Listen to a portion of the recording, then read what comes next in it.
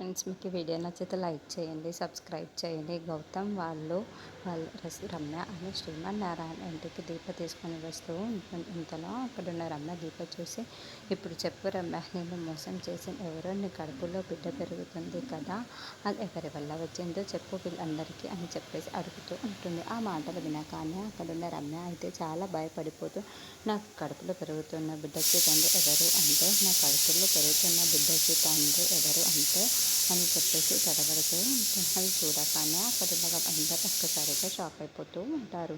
ఇంతలో అక్కడున్న శ్రీమన్నారాయణ మాత్రం, ఏంటి దీప ఇదొక నాటకమా అని చెప్పేసి అడుగుతూ ఉంటాడు. ఆ మాటలు వినగానే అక్కడున్న దీప, ఆగండి బాబు గారు, నేను మీకు ఎలాగైనా సరే ఆ గౌతమ్ కోసం నిజం చెప్పేసి అక్కడున్న రమ్య వైపుకు చూసి, చెప్పు రమ్య, నువ్వు ఏమీ భయపడకు, ఇక్కడ ఉన్న వాళ్ళు ఎవరు ఏమీ అన్నారు, నువ్వు నిజమేంటో చెప్పు ముందు అని చెప్పేసి అంటూ ఉంటుంది. ఆ మాటలు వినగానే అక్కడున్న వాళ్ళందరూ అయితే రమ్య వైపు మాత్రం, చెప్పు, నీకే నిజం చెప్పమంటున్నాను అంతే కదా అని చెప్పేసి అంటూ ఉంటుంది.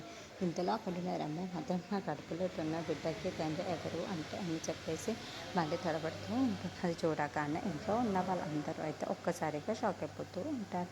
ఏంటి దీప నువ్వు చేస్తుంది, ఇదొక అబద్ధాల నాటకాన్ని ఆడిస్తున్నావా, ఈ అమ్మాయిని తీసుకొని వచ్చి మమ్మల్ని వెర్రి వాళ్ళని చేస్తున్నావా అని చెప్పి శ్రీమన్నారాయణ అంటారు. ఆ మాటలు వినగానే అక్కడ ఉన్న దీప ఒక్కసారిగా షాక్ అయిపోయి రమ్య వైపుకు చూస్తూ ఉంటుంది. ఇంతలో అక్కడున్న రమ్య మాత్రం, నా కడుపులో తిన్న బిడ్డకి తండ్రి గౌతమ్ మాత్రం కాదు అని చెప్పేసి అంటుంది. ఆ మాటలు వినగానే అక్కడున్న దీప ఒక్కసారిగా షాక్ అయిపోతూ ఉంటుంది.